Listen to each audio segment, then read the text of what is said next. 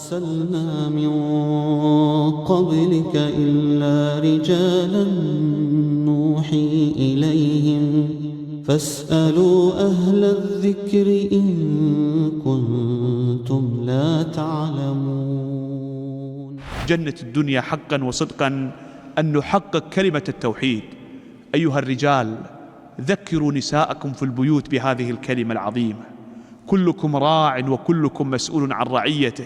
سنسأل والله، هل علمنا أهالينا هذه الكلمة العظيمة؟